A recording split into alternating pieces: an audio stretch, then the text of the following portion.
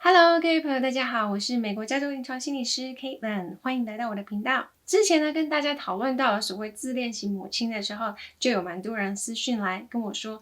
我的妈妈是自恋型人格，好难过，好不开心，又或者是怎么办？我们今天来跟大家讨论一下，你的妈妈是自恋型人格呢，还是其实她是一个虎妈？OK。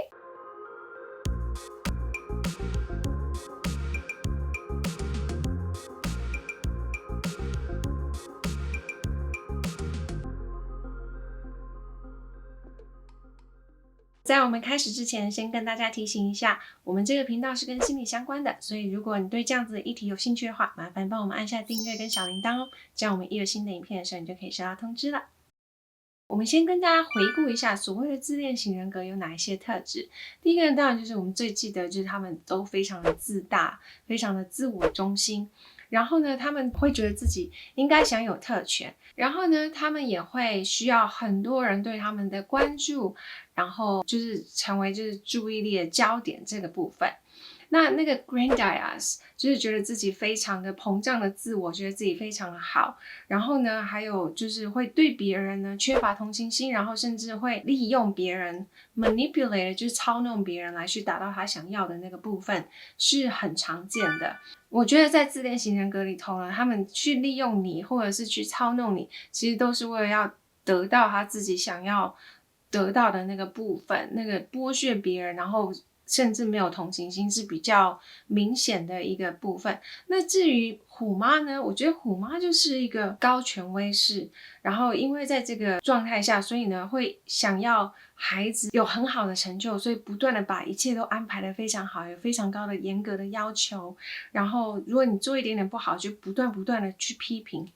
那在这里头有哪些差别呢？我想要跟大家提的一个部分是，之前有一个研究就有提到过，在华人的文化里头，我们的认知的结构跟西方的文化认知结构是不一样的。在西方的认知结构，他们的教育文化是，他们希望用鼓励，用一个 positive reinforcement 的方式来去影响孩子，然后希望孩子能够朝着这样子的方向去成长、去发展。而在华人的文化里头呢，我们的认知的方式是你必须要去告诉他负面的方式，所以他们不会往这个方向走，他们会往这个方向走。For example， 如果你以后不要像那个人这样子就是无业游民的话，你现在就应该好好念书。我们会用那种负面的方式来去恐吓啊，或者是提醒对方，就是这是不好的结果，这是你不要的，所以如果你不想要这个的话，往这个方向走。这个是我们的认知结构，以至于我们的文化呢，造成我们其实很习惯的是看见不够好的部分。那所以在我跟所谓 Asian American 或者是华人工作的过程当中，我发现我们最常的是，你会发现如果完美是10分，那我们常常经验到的是，如果你只做到8分，我们的妈妈就会是说，你这2分都没有做好，你这一分应该怎么样，你那一分应该怎么样，你怎么会没有做好呢？相对你会发现在其他的比较西方国家的教育文化就会是说，你做得很好，有8分，继续努力哦，你很有机会可以得到那个10分。所以那个方向是不太一样，教育的方式也是不太一样的。But the intention is always the same， 就是我们其实目的出发点是一样，就是希望你能够做得更好，只是表现出来是不同。所以我觉得这里头呢，其实我想要帮一些妈妈发声，其实真的是为了孩子好，但是也是因为整个大文化，我们要看的是一整个大文化，还有一整个系统观来看，会发现其实很多妈妈为了要竞争，也因为整个文化不断的在宣导的就是不要让孩子输在起跑点，大家都这么做，你怎么可以没有的那一种文化下，让大家觉得很害怕，好像自己做的不够好，做的不够多。那又加上可能我们这一辈接受的都是比较高权威式的一些教育，以至于可能我们在不自觉的状况下也会用这样子的方式去教育我们的孩子。那我觉得这个就是可以去看到，可能是因为文化所造成的一个部分。而至于所谓的一些比较自恋型的妈妈呢，可能是她完全不会管你到底是什么样的感受，他只觉得你就是要想办法让你自己成名，让你自己变成一个明星，让你自己变成是第一名或者是最好的那个，这样我才能够有脸去跟人家说是我把你栽培成一个很好的孩子。如果你没有做到这一点，其实你是让我很丢脸的。Everything is about her， 就所有东西都是以他为主，他完全不管你是怎么想怎么看，然后也是不是很关心。我觉得可以去看一下对方是不是一个会有 empathy 的人，就是同理心的人，然后所有的那些目的是为了他自己成为那个所谓的焦点啊，注目焦点啊，或者是去剥削对方，然后让他看起来他自己很好的那个部分，也许可以帮助我们去区分到底是自恋型人格，还是其实真的就是那个文化下所造成那个虎妈。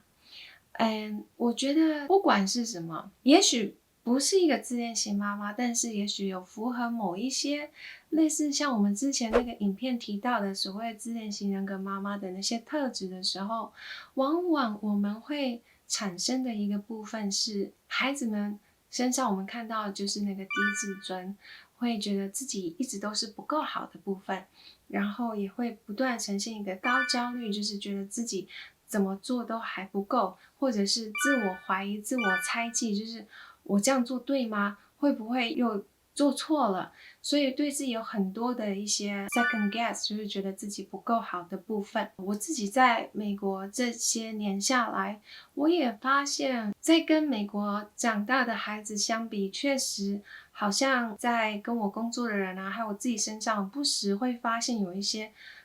我们比较是功利取向，觉得这件事情会让我有更好的事业，或者是这件事情呢会让我达到更高的一个目标，才是我需要花时间花精力去做的。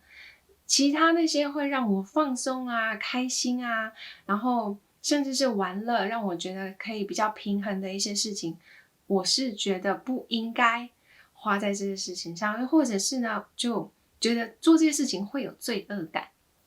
那又或者是呢，在一些比较需要创造力的一些事情上面，会发现比较少那样子的一个发挥性，因为太习惯被说你应该要怎么做，又或者是你只能做这一些事情，从这一些事情当中去努力，而没有去自己去想说，